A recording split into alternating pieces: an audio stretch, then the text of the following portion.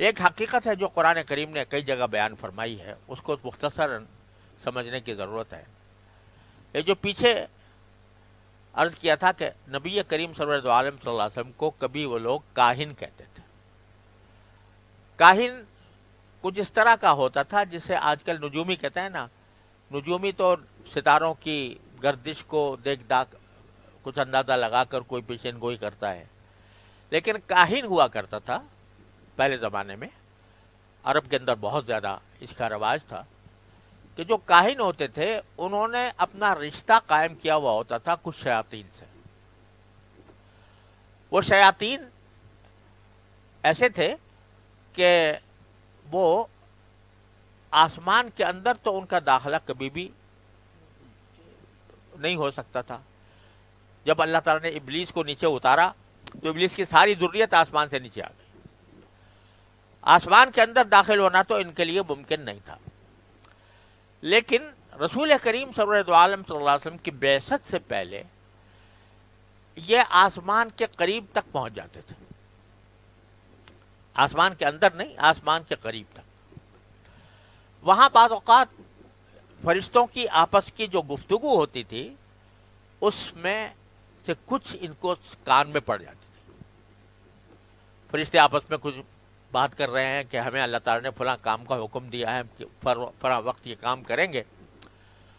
تو کچھ آدھی تہائی بات وہ سن کر آتے تھے اور کاہن کے اندر کے دل میں اور اس کے اس میں کان میں وہ بات ڈال دیتے تھے کہ ہم نے یہ سنا ہے اور ایسا ہونے والا ہے.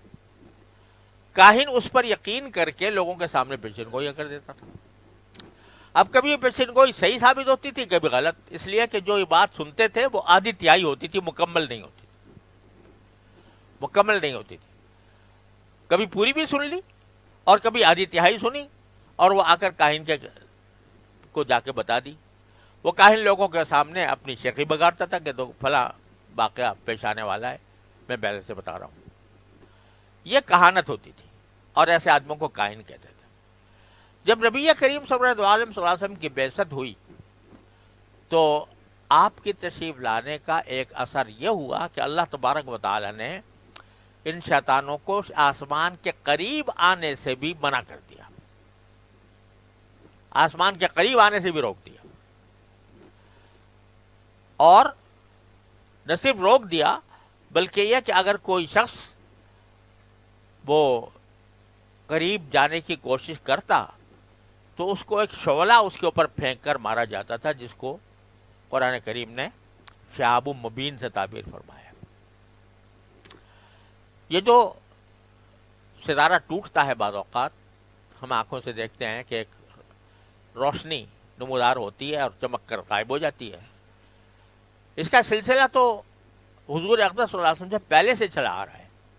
اس کی ایک وجہ تو سائنٹیفک وجہ ہے کہ زمین سے کچھ بخارات آسمان کی طرف جاتے ہیں اور وہاں کسی خاص سبب سے ان کے اندر ایک گرمی زیادہ پیدا ہوتی ہے. اس کے نتیجے میں وہ ایک شعلے کی شکل میں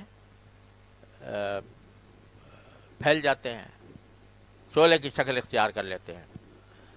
شہاب ثاقب ان کو کہا جاتا ہے اور سائنس اس کی تشریح کرتی ہے.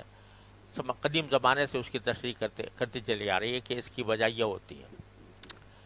کبھی ہو سکتا ہے کسی ستارے کا کوئی ٹکڑا بھی کہیں گرتا ہو، اللہ عالم، لیکن اصل بات جو سائنس نے بتائی ہے وہ یہ ہے کہ یہ بخارات ہوتے ہیں جو جا کر ایک شعلے کی شکل اختیار کر لیتے ہیں. سلسلہ تو پہلے سے چلا آ رہا تھا، لیکن اس سلسلے کو اللہ تبارک و تعالی نے نبی کریم صلی اللہ علیہ وسلم کی بعثت کے بعد اس سلسلے کو شیطانوں کے بھگانے کا بھی ذریعہ بنا دیا کہ اگر کوئی فرشتہ، کوئی شیطان اگر آسمان کے قریب جانے کی کوشش کرے تو اس کے اوپر یہ شعلہ پھینک دیا جاتا ہے جس سے وہ مردود ہو کر چلا جاتا ہے، ختم ہو جاتا ہے، یا ختم ہو جاتا ہے یا بھاگ جاتا ہے. اس کو قرآن حکیم کہہ رہے ہیں کہ ہم نے ان ستاروں کو محفوظ کیا ہے ہر مردود شیطان سے.